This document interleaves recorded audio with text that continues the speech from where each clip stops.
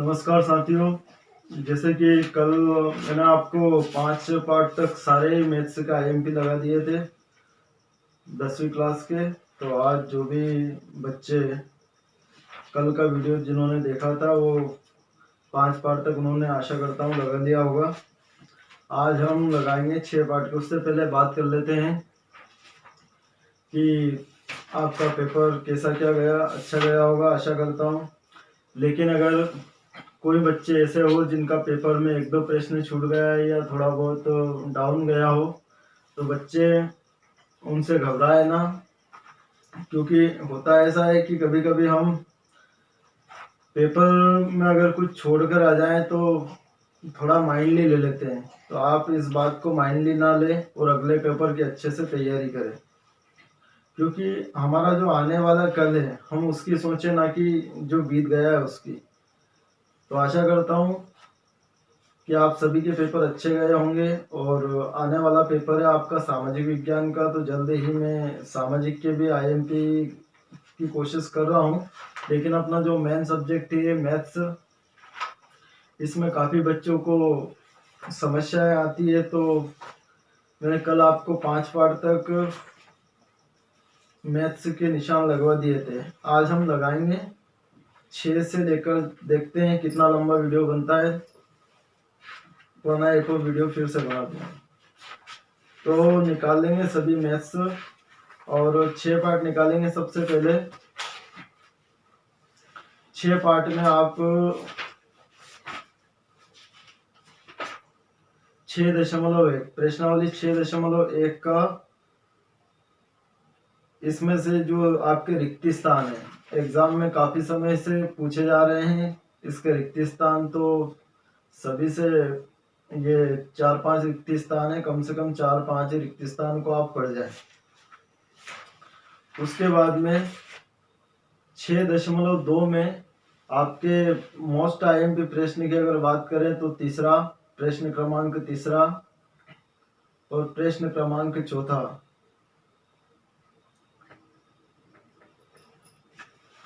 उसके बाद में 6.2 में आ जाओ और 6.2 का लगा ले। 6.3 में 6.3 में 15वां क्वेश्चन है इसमें। 6.3 का 15वां क्वेश्चन। उसके बाद में इसी पेज नंबर 155 पर प्रमेय 6.6 दो समरूप त्रिभुजों के क्षेत्रफल का अनुपात इनकी संगत भुजाओं के अनुपात के वर्ग के बराबर होता है। कम से कम इनकी डेफिनेशन आप जरूर याद करके जाएं। उसके बाद प्रश्न क्रमांक पेज नंबर 158 पे 6.6 पाइथागोरस प्रमेय।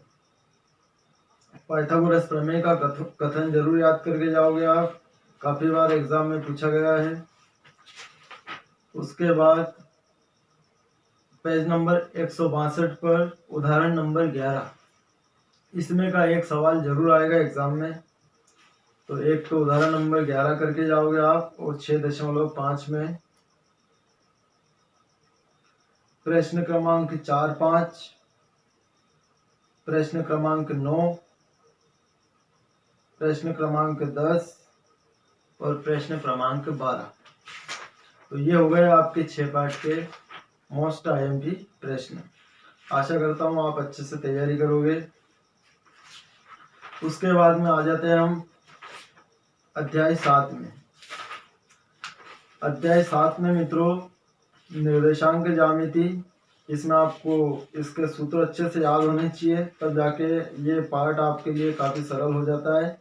प्रश्नावली 7.1 में पहले का पहला दूसरा कम से कम सूत्र याद होगा तो अच्छे से याद हो जाएगा, ये अच्छे से कर लोगे। और इसका जो मोस्ट आईएमपी प्रश्न है आपका 7.1 का 7वां, 8वां, 9वां और 10वां। 7वां है एक्स अक्ष पर वह बिंदु ज्ञात कीजिए जो 2, -5 और -2, 9 से समदूरस्थ है। इसी प्रकार 8वां, 9वां और 10वां, ये चारों प्रश्न आप अच्छे से पढ़ के जाओगे। फिर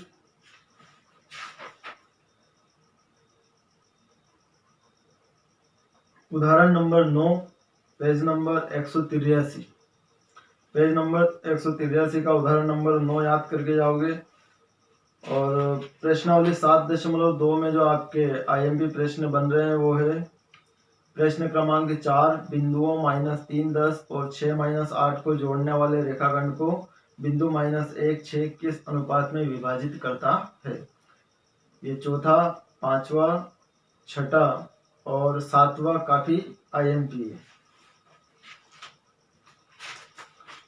इसके बाद इस बार भी आपका प्रश्नावली 7.3 छुड़वाया है, लेकिन फिर भी आप त्रिभुज से रिलेटेड 1-2 सवाल अगर पढ़ना चाहो तो पढ़ सकते हो।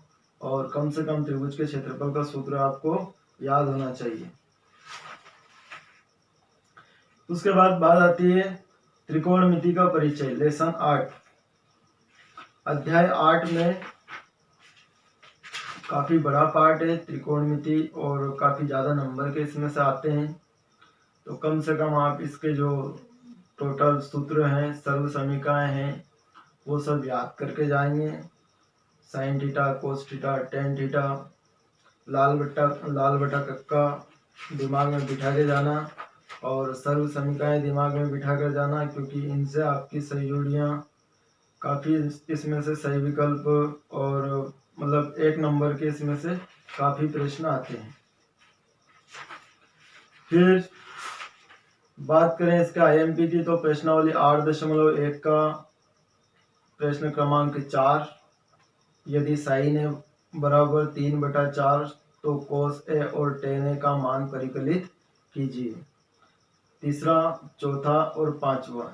8.1 में से 3, 4 और 5 आपको जरूर याद होने चाहिए। उसके बाद ये पेज नंबर 204 पर सारणी कंप्लीट कर जाना एक बार। और प्रश्नावली 8.2 में आईएमपी है आपका प्रश्न क्रमांक 3, पेज नंबर 207। यदि tan a + b बराबर करनी 3 और tan a - b बराबर 1/3 तो a और b का मान ज्ञात कीजिए। मोस्ट आईएमपी है ये भी। उसके बाद प्रश्नावली 8.3 में से भी आपका हर साल प्रश्न पूछा जाता है और इसमें जो हमारी दृष्टि से आईएमपी है वो है प्रश्न क्रमांक 3, 4, 5 और 6। चारों में से एक प्रश्न जरूर एग्जाम में आएगा, इसकी 100% गारंटी। प्रश्नावली 8.4 में अगर आईएमपी आप करके जाओ तो प्रश्न क्रमांक 5वें का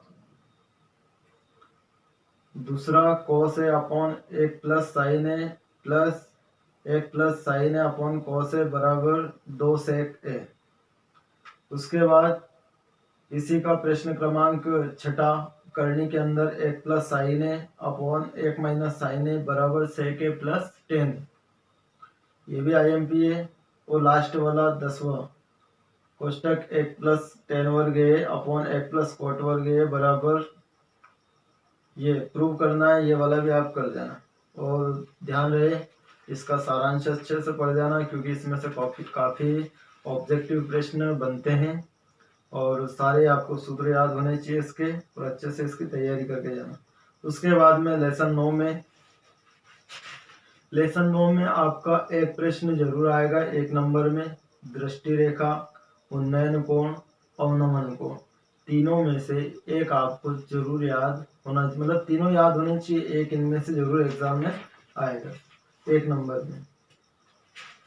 उसके बाद अगर इसमें हम आईएमपी लगाएं तो आईएमपी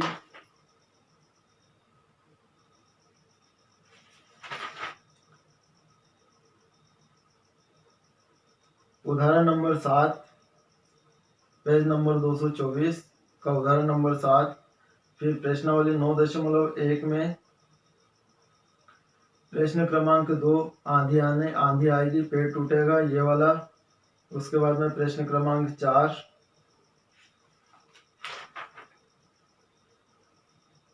प्रश्न क्रमांक 7, प्रश्न क्रमांक 8, प्रश्न क्रमांक 12 और प्रश्न क्रमांक 15-16 कम से कम ये इस लेसन में से आपको याद होने चाहिए। बहुत छोटा पार्ट है तो अच्छे से इसको कर जाए।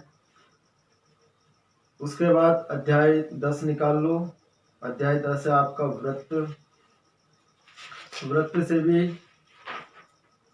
1 नंबर का ऑब्जेक्टिव प्रश्न पूछा जाता है। तो इसमें से अगर आप करके जाओ तो वह कितनी छेदक रेखा हो सकती है नहीं, और एक वृत्त पर कितनी स्पर्श रेखाएं खींची जा सकती है। तो इस प्रकार के ऑब्जेक्टिव प्रश्न है। 2-4 IMP है, ऑब्जेक्ट आप पढ़ जाना। उसके बाद में अगर इसमें IMP तो इसमें केवल मैं 3-4 IMP लगवा रहा हूँ, इसमें से एक जरूर आएगा। प्रश्न क्रमांक पेज नंबर 231 पर प्रमेय 10.1 वृत्त के किसी बिंदु पर स्पर्श रेखा स्पर्श बिंदु से जाने वाली त्रिज्या पर लंब होती है। और पेज नंबर 233 पर प्रमेय 10.2 बाह्य बिंदु से वृत्त पर खींची गई स्पर्श रेखाओं की लंबाइयां बराबर होती है। उसके बाद में प्रश्नावली 10.2 में 2 प्रश्न क्रमांक 6 और प्रश्न क्रमांक 7। प्रश्न क्रमांक 6 है आपका एक बिंदु ए से जो एक वृत्त के केंद्र से 5 सेंटीमीटर दूरी पर है, तो वृत्त पर स्पर्श रेखा की लंबाई 4 सेंटीमीटर है। तो वृत्त की त्रिज्या ज्ञात कीजिए। तो ये वाला और 7वां 2 समकेंद्रीय वृत्तों की त्रिज्याएं 5 सेंटीमीटर तथा 3 सेंटीमीटर है। तो बड़े वृत्त की उस जीवा की लंबाई ज्ञात कीजिए जो छोटे वृत्त को स्पर्श करती है। तो इस प्रकार इसके 4 प्रश्न हो गए। ये चारों तो आपको याद होने चाहिए, लेकिन और भी अगर आप करो इसमें से तो पेज नंबर 235 पर उदाहरण नंबर 3 पढ़ जाना। और बस इस बार आपका लेसन 11 छुड़वा दिया गया है, तो इसमें से हमें कुछ भी नहीं करना है। उसके बाद में आते हैं अपन प्रश्नावली 12.1 यानी कि लेसन 12 पर। लेसन 12 में दोस्तों प्रश्नावली 12 इन दोनों 12 और 13 दोनों अध्यायों को अच्छे से करने के लिए आपको इसके सूत्र अवश्य याद होने चाहिए। और काफ़ी अगर आप मैथ्स की एग्ज़ाम देने जा रहे हो तो सबसे पहला आपका ये कर्तव्य बनता है कि आप कम से कम मैथ्स के सारे सूत्र पढ़ के जाओ अच्छे से, क्योंकि उन्हीं में से काफ़ी आपके 1 नंबर के ऑब्जेक्टिव प्रश्न बनेंगे। 12.1 इसका पहला और दूसरा IMP है। 2 वृत्तों की त्रिज्याएं क्रमशः 19 सेंटीमीटर और 9 सेंटीमीटर है, एक तो ये वाला। और प्रश्न क्रमांक 2 वृत्तों की त्रिज्याएं क्रमशः 8 सेंटीमीटर और 6 सेंटीमीटर, एक ये वाला।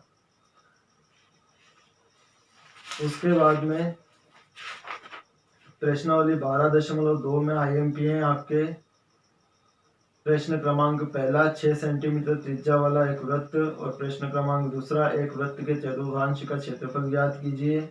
प्रश्न क्रमांक तीसरा एक घड़ी की मिनट की सुई जिसकी लंबाई 14 सेंटीमीटर है, ये वाला भी IMP है। चूंकि इससे इस बार इस लेसन से बड़े प्रश्न नहीं बनेंगे, इस कारण ये छोटे छोटे प्रश्न आप अच्छे से याद कर जाएं।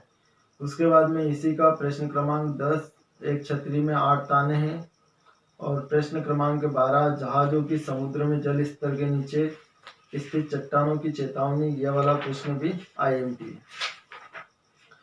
प्रश्नावली 12.3 में अगर आप करके जाओ तो प्रश्न क्रमांक 2 आकृति 12.20 में छायांकित भाग का क्षेत्रफल निकालना है, और प्रश्न क्रमांक 3 छायांकित भाग का क्षेत्रफल।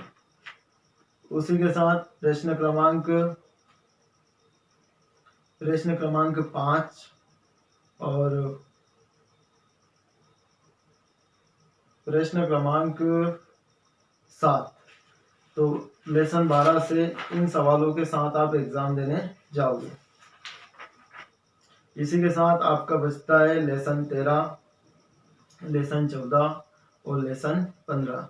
तो ये वीडियो काफ़ी लंबा हो जाएगा, इस कारण में 13, 14 और 15 के जस्ट या तो आज मिल जाएगा आपको थोड़ी बहुत देर बाद, या फिर कल मैं इसका सेंड कर दूँगा। आशा करता हूँ आप अच्छे से तैयारी कर रहे होंगे, अच्छे से आपकी पढ़ाई चल रही होगी। दोस्तों, आपकी लाइफ की यह सबसे अच्छी एग्ज़ाम है। 10th और 12th को हम मेन मानते हैं।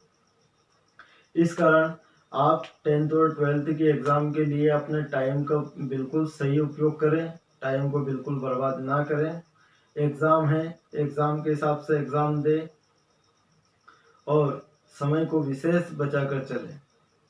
क्योंकि अगर आप सोचो कि 1 मिनट बचा है, अगर आप 1 मिनट फालतू गँवा रहे हो, तो उस 1 मिनट में अगर आपको एक सूत्र याद होता है और वही सूत्र अगर आपकी एग्ज़ाम में आता है, तो वो आपको एक नंबर दिला सकता है। तो ये आपके अंदर, आपके दिमाग के अंदर ये सोच होनी चाहिए।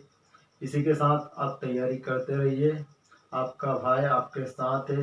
जैसा भी जो भी पेपर होगा, आपको हर प्रकार से उस पेपर में किस प्रकार से नंबर ज़्यादा लाने हैं, किस प्रकार से उस पेपर को आपको हैंडल करना है, किस प्रकार से कॉपियाँ में लिखना है, किस प्रकार से आईएमपी प्रश्नों की तैयारी करनी है, वो सब आपको मैं मेरे थ्रू जितना भी बनेगा मैं आपके लिए तैयार हूँ। तो आशा करता हूँ आप अच्छे से तैयारी करें। जय हिंद, जय भारत।